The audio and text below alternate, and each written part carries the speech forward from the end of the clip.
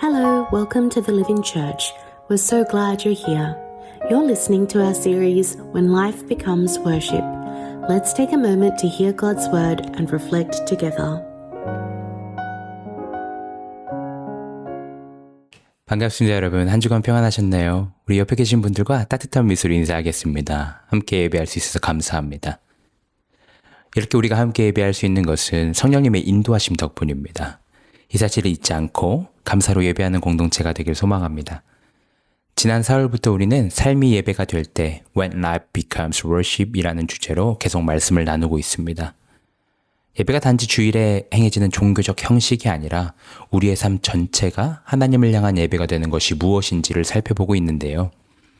6월은 삶이 예배가 될 때 마지막 시리즈 담장을 넘는 예배로 함께 말씀을 나누고자 합니다. 우리의 예배가 개인으로 시작되어서 가정에서 훈련되었다면 거기서 멈춰서는 안 됩니다. 담장을 넘어야 합니다. 개인과 가정을 넘어 믿음의 공동체로 확장되어야 하며 함께 세상으로 나아가야 하죠. 여러분, 성령님이 임하시면 우리의 예배는 그 지경이 넓어지게 되어 있습니다. 오늘은 그 첫 번째 시간으로 먼저 우리가 어떻게 예배 공동체로 세워져 갈 수 있는지를 살펴보기 원합니다. 여러분, 부활하신 예수님이 승천하시고 두려움과 기대감으로 예루살렘에 남아있던 예수님의 제자들은 과연 어떻게 예배 공동체로 세워져 갈 수 있었을까요? 오늘 선포되는 말씀을 통해 개인과 가정을 넘어 예배의 공동체가 시작되었던 오순절 그 방 안으로 함께 가보겠습니다. 기도하겠습니다. 성령이 여러분을 평화의 띠로 묶어서 하나가 되게 해주신 것을 힘써 지키십시오. 거룩하신 주님, 오늘도 우리를 예배자로 불러주심에 감사합니다. 이 시간 우리가 한 마음으로 하나님을 예배하오니 우리의 예배를 기뻐 받아 주시옵소서. 주님, 오늘도 우리의 마음과 귀를 열어 주님의 말씀을 듣기 원합니다.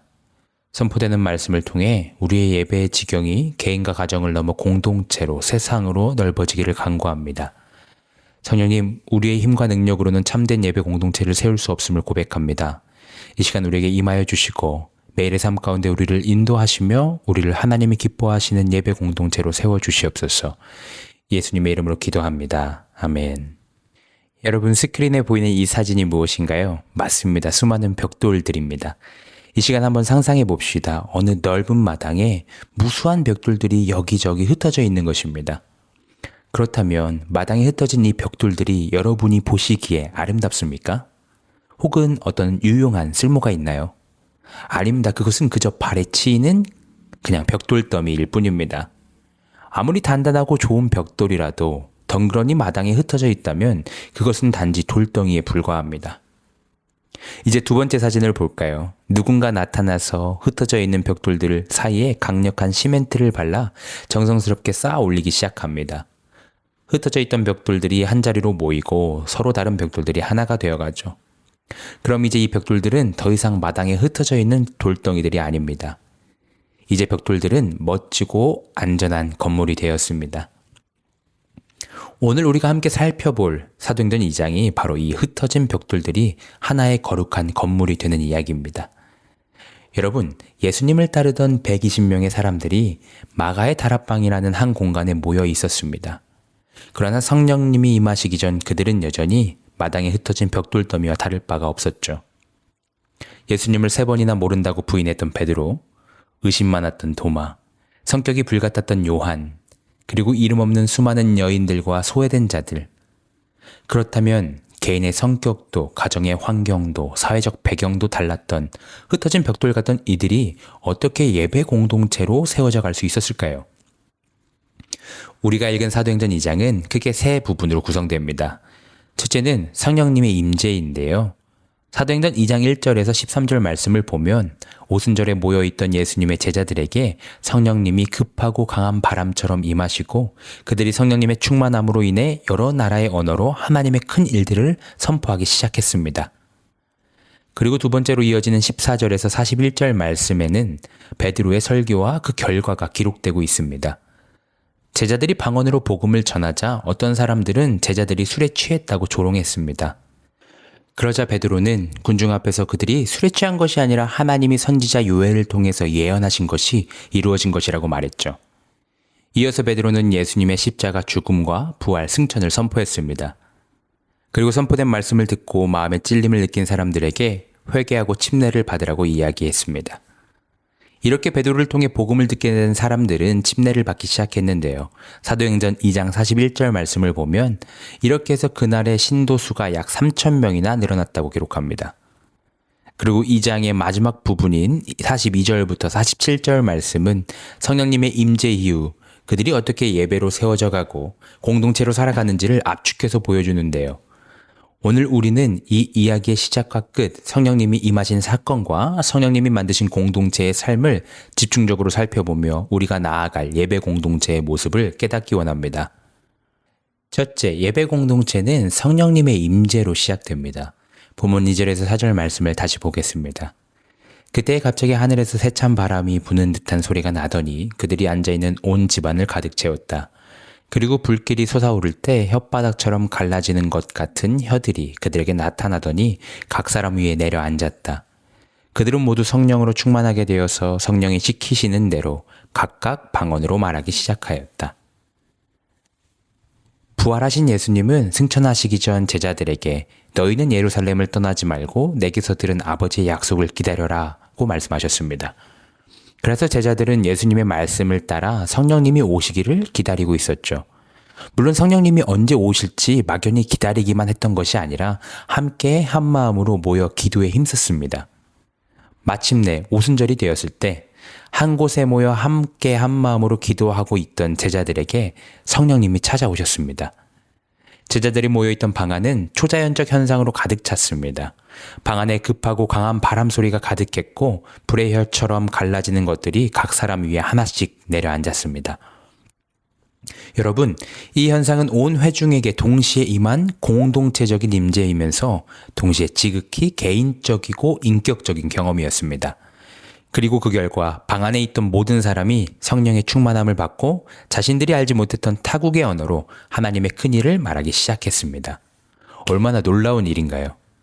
이 본문 가운데 우리가 주목해야 되는 것은 예배 공동체는 탁월한 인간의 리더십, 치밀한 기획력, 그럴듯한 프로그램 혹은 사람의 굳은 결단으로 세워지지 않는다는 것입니다. 참된 예배 공동체는 성령님의 임재로 시작됩니다. 벽돌들이 스스로 집이 될 수 없듯이 우리의 힘으로는 진정한 예배 공동체를 만들 수 없습니다. 그렇다면 예배 공동체는 성령님의 임재로 이루어지니 우리는 아무것도 안 해도 될까요? 아닙니다. 오늘 성령님께서 어떤 자리에 임하셨는지 생각해 봅시다. 성령님은 성별, 나이, 사회적 배경을 넘어 예수 그리스도의 약속을 붙잡아 함께 하나 되어 기도하는 자리에 임하셨습니다. 따라서 우리가 예배 공동체로 세워져 가기 위해서는 예수 그리스도 안에서 하나 되어 기도할 때 성령님께서 우리를 예배의 공동체로 세워가실 것을 기대해야 합니다. 또한 성령님께서 임하셨을 때 그 방 안에서 터져나온 방언의 역사를 우리는 주목해 볼 필요성이 있습니다. 오늘 본문에서 등장하는 방언은 고린도전서 14장에 등장하는 방언이랑은 달랐습니다. 고린도전서에서 바울이 이야기하는 방언은 이성적인 말이 아니라 황홀경적 기도의 언어였기 때문에 통역의 은사가 없으면 다른 청중들이 전혀 알아들을 수가 없었습니다. 하지만 오늘 본문의 방언은 달랐습니다. 전 세계 각국에 흩어져 살다가 오순절을 지키기 위해 예루살렘에 모여들었던 수많은 디아스포라 유대인들이 제자들이 자신들의 태어난 고향 언어로 정확하게 말하는 것을 들었기 때문입니다. 즉 오순절의 방언은 실제 존재하던 인류의 언어였으며 인간이 극복할 수 없는 인종과 문화와 언어의 장벽을 단숨에 초월해버리는 기적적인 소통 능력이었습니다. 여러분, 인류의 언어가 언제 처음으로 갈라지고 찢어졌습니까? 성경은 창세기 11장의 바벨탑 사건이 그 분열의 시작이라고 말합니다. 인간이 하늘 꼭대기까지 이름을 내보겠다는 교만으로 탑을 쌓자 하나님은 그들의 언어를 흩으셨습니다. 그 교만의 대가로 인류는 지금도 세대 간의 장벽, 인종 간의 장벽, 언어의 장벽을 넘지 못해 갈등을 겪습니다. 그런데 오순절날 성령님의 임재는 그 바벨탑의 분열을 완벽하게 뒤집어 엎으셨습니다. 하나님은 순례자들이 가장 많이 모이는 오순절이라는 타이밍을 전략적으로 선택하셔서 인간이 만들어 놓은 모든 경계를 단숨에 허무시고 오직 하나님을 향한 찬양과 예배라는 단 하나의 하늘 언어로 온 세상을 다시 묶어버리는 복음의 선포를 시작하신 것입니다. 이처럼 참된 예배 공동체는 인간의 연약한 의지나 혈통이 아니라 우리의 생각과 언어, 감정과 행동 전체를 완벽하게 사로잡으시는 성령님의 강력한 임재와 통제 속에서만 비로소 탄생할 수 있습니다. 둘째, 예배 공동체는 함께하는 삶으로 세워집니다. 성령님의 임재로 시작된 예배 공동체는 이제 방 안에서 감격을 넘어 함께하는 삶을 통해서 더욱 견고히 세워져 갔습니다. 본문 42절 말씀을 보겠습니다. 그들은 사도들의 가르침에 몰두하며 서로 사귀는 일과 빵을 떼는 일과 기도에 힘썼다. 오순절 방 안에서 성령님의 임재를 경험했던 성도들은 종교적인 의무감으로 이뤄진 종교 동호회가 되지 않았습니다. 본문 42절 말씀이 성령을 받은 사람들의 진짜 일상을 증명하고 있습니다. 42절에서 기록된 힘썼다라는 단어는 원어로 목숨을 걸고 전념하다, 지속적으로 매달리다라는 뜻입니다. 그들은 4가지의 구체적인 실천, 즉 사도들의 가르침, 서로 사귀는 교제, 빵을 떼는 것, 그리고 기도에 전념했습니다. 이것이 바로 예배 공동체가 지어져가는 진짜 삶의 현장이었습니다. 그렇다면 이 위대한 4가지의 신앙 실천이 과연 어디에서 이루어졌을까요? 본문 46절 말씀을 다시 보겠습니다. 그리고 날마다 한 마음으로 성전에 열심히 모이고 집집이 돌아가면서 빵을 떼며. 여기서 주목할 것은 그들의 실천이 일주일에 한 번 모이는 공식적인 예배 순서가 아니었다는 점입니다.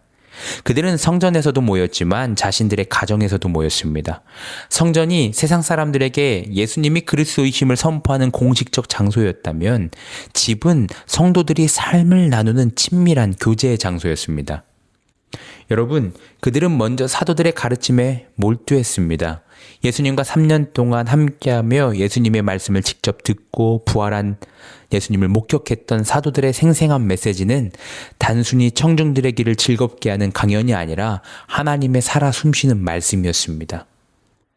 하나님의 말씀이 공동체의 중심에 자리를 잡자 이 예배 공동체는 인간의 감정적인 만족이나 이기적인 소비주의로 변질되지 않고 진리 안에서 함께 자라갈 수 있었던 것입니다. 하지만 말씀에 몰두하는 것이 전부는 아니었습니다. 그들의 함께하는 삶에는 진짜 교제가 있었습니다. 이 교제는 함께 밥을 먹고 관심사를 공유하는 단순한 친목 모임이 아니라 그리스도의 십자가 은혜를 함께 나누고 진정으로 그리스도 안에서 하나됨을 경험하는 교제였습니다. 그렇기 때문에 그 교제 안에서는 놀라운 경제적 나눔도 일어났습니다. 이것은 강제적인 규칙이 아니었습니다. 성령 안에서 내 것을 내 것이라 주장하지 않는 급진적이고 자발적인 사랑의 마음가짐이었습니다. 당시 기근과 핍박으로 생업을 잃고 굶주리던 형제들을 이 예배 공동체가 자발적으로 책임짐으로써 신명기 15장 4절에 기록된 당신들 가운데 가난한 사람이 없게 하십시오라는 하나님 나라의 정의가 실현된 것입니다. 또한 그들은 집집이 돌아가며 함께 빵을 뗐습니다. 이것은 1차적으로 성도들이 모여 소박하게 밥을 먹은 것을 의미하는데요. 그러나 이 식사는 단순한 배고픔을 채우는 자리가 아니었습니다. 그 식탁은 예수님께서 십자가에 달리시기 전날 밤 제자들과 마지막 유월절 식사를 하시며 빵을 찢으시고 이것은 너희를 위하는 내 몸이니 나를 기념하라 하셨던 그 눈물의 식탁을 재현하는 자리였습니다. 그들은 가정의 식탁에서 빵을 손으로 찢어 나눌 때마다 나를 위해 몸을 찢으신 예수님을 생각하며 울었고 부활하신 주님이 우리의 식탁의 주인이심을 고백하며 웃었습니다. 그 결과 숟가락이 부딪히고 아이들이 떠드는 가장 평범하고 사소한 일상의 식사 자리가 가장 거룩한 예배로 변화되었던 것입니다. 마지막으로 그들은 기도를 멈추지 않았습니다. 그들은 성전에서 정해진 기도 시간에 함께 기도했고 집에서도 함께 기도했습니다. 기도는 개인적인 것이기도 하지만 함께 하는 기도가 공동체를 하나로 묶습니다. 함께 무릎 꿇고 하나님을 향할 때 공동체가 하나의 방향으로 세워지는 것입니다. 그리고 이렇게 삶의 순간들을 예배로 살아낸 초대교회 성도들의 내면에는 46절에 기록되어 있듯이 순전한 마음과 기쁨이 흐르고 있었습니다. 그들의 기쁨은 세상의 조건이 좋아서가 아니었습니다. 성령님이 자신들 가운데 함께 하시며 역사하고 계심을 경험하고 있었기 때문에 그들은 순전한 마음으로 기쁘게 함께하는 공동체가 될 수 있었던 것입니다. 그리고 이렇게 성령님의 강력한 임재로 시작되어 성도들의 끈끈하고 구체적인 삶으로 든든히 세워진 예배 공동체는 아름다운 열매를 맺었습니다.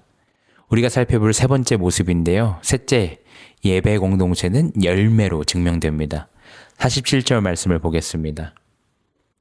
하나님을 찬양하였다. 그래서 그들은 모든 사람에게서 호감을 샀다. 주님께서는 구원받는 사람을 날마다 더하여 주셨다. 여러분, 하나님은 예배 공동체를 열매 맺게 하십니다. 오늘 본문을 보면 두 가지의 모습이 등장하죠. 첫째, 모든 사람에게서 호감을 샀습니다. 이 말씀의 원어를 자세히 살펴보면 이 말은 단순히 교회가 가만히 있는데 세상 사람들이 와, 저 사람들 착하다, 정말 좋은 것 같아 라고 인기를 얻었다는 뜻이 아닙니다. 이 말씀의 원어적 맥락을 자세히 살펴보면 전혀 다른 역동적인 의미가 숨어 있습니다. 이 구절은 교회 공동체가 성령님께 받은 사랑과 은혜를 도저히 공동체 안에만 가둬둘 수 없어서 교회 담장을 넘어 세상을 향해 먼저 아낌없는 선의와 사랑의 손길을 보였고 그 자비와 헌신에 감동한 세상이 비로소 교회를 향해 깊은 존경과 호감을 품게 되었다는 뜻입니다. 사랑하는 여러분, 예배 공동체는 절대로 우리끼리 은혜 받았으니 되었다며 문을 걸어 잠그는 이기적인 영적 온실이 아닙니다. 삶이 예배가 된 공동체는 성령님의 힘에 이끌려 반드시 지경을 넓혀 새어난 영향력으로 흘러가게 되어 있습니다. 우리가 세상으로부터 호감을 얻고 사람들에게 격려를 받고 칭송을 듣는 것은 우리 자신의 도덕적 우월함을 자랑하거나 교회의 명예를 높이기 위해서가 아닙니다. 우리의 이기적이고 위선적인 삶이 복음의 문을 가로막는 걸림돌이 되지 않도록 우리의 존재 자체가 하나님의 살아계심을 비추는 투명한 통로가 되기 위함입니다. 그리고 그 결과 두 번째 열매가 등장합니다. 주님께서는 구원받는 사람을 날마다 더하여 주셨다. 여러분, 여기서 주어를 집중하셔야 합니다. 구원받는 사람을 날마다 더하게 하신 분은 주님이십니다.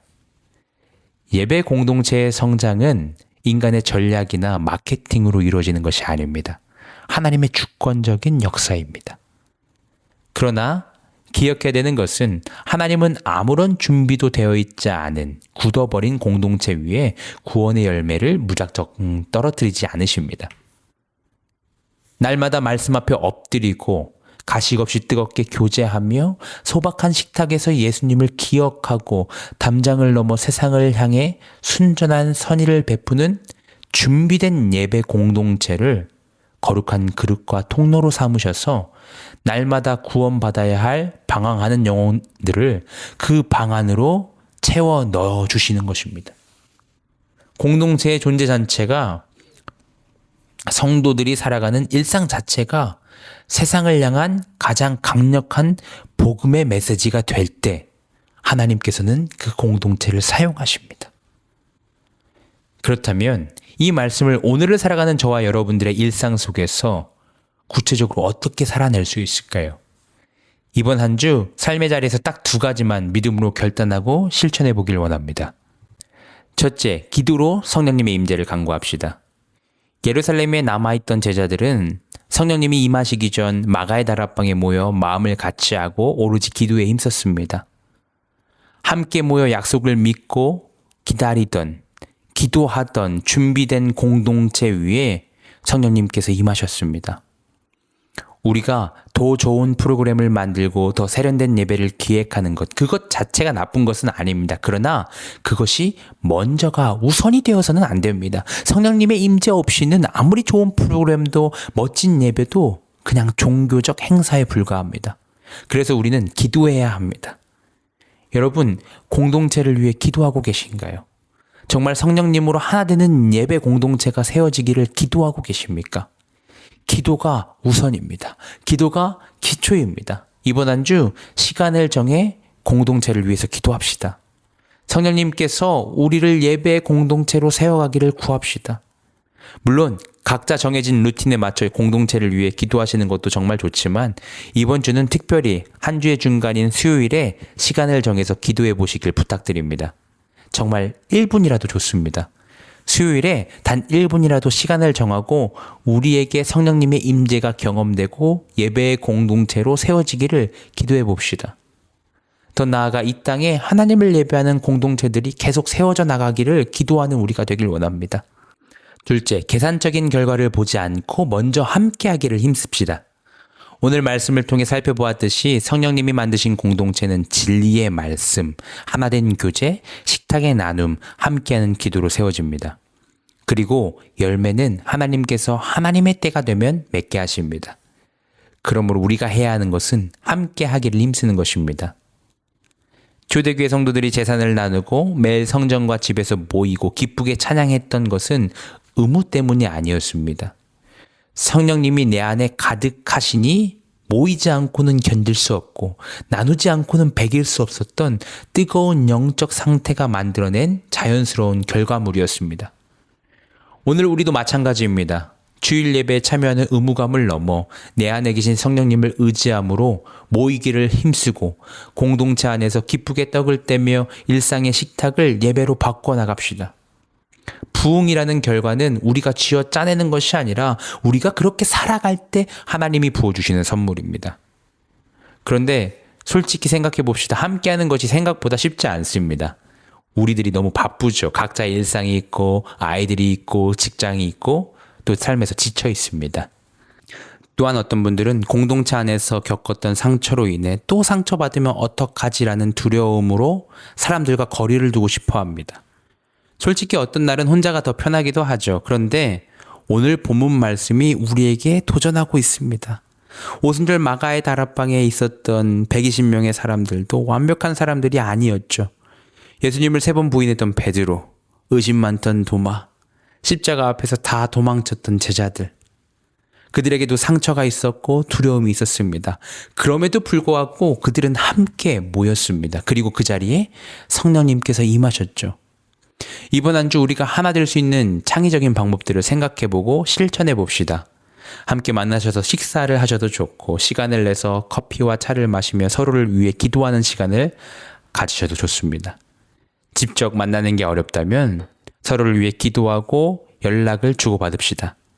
이렇게 형식을 넘어 성령님의 충만함으로 우리가 함께할 때 우리는 예배 공동체로 세워져 갈 것입니다. 여러분, 설교 시작에 말씀드렸던 벽돌 비유 기억하십니까?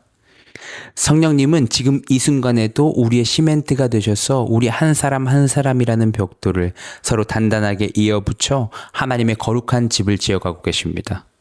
우리가 억지로 내 옆 사람과 시멘트를 바르려고 애쓸 필요가 없습니다. 성령님이 이미 우리 사이에서 유기적으로 일하고 계십니다. 핵심 질문은 내가 혼자 무엇을 해야 하는가가 아니라 나는 지금 성령님의 일하심을 경험하고 있는가입니다. 여러분은 성령님이 지어가시는 이 믿음의 공동체에 붙어 계십니까? 아니면 내 생각과 내 바쁨에 갇혀서 저 마당 구석 어딘가 홀로 굴러다니는 외로운 벽들로 계십니까? 사랑하는 성도 여러분, 우리의 지경을 넓히길 원합니다. 나 혼자만의 예배를 넘어 우리 아이들로부터 어른들에 이르기까지 예수 그리스도의 보혈로 묶인 이 교회 공동체의 방 안으로 들어오시길 바랍니다. 함께 기도의 자리를 지키고 삶의 식탁을 나누며 세상을 향해 선의를 베풀 때 주님께서 저와 여러분을 통해 열매 맺게 하시는 주님의 예배 공동체가 될 수 있기를 주님의 이름으로 간절히 축원합니다. 아멘. Thanks for being here. We pray this message encourages you this week.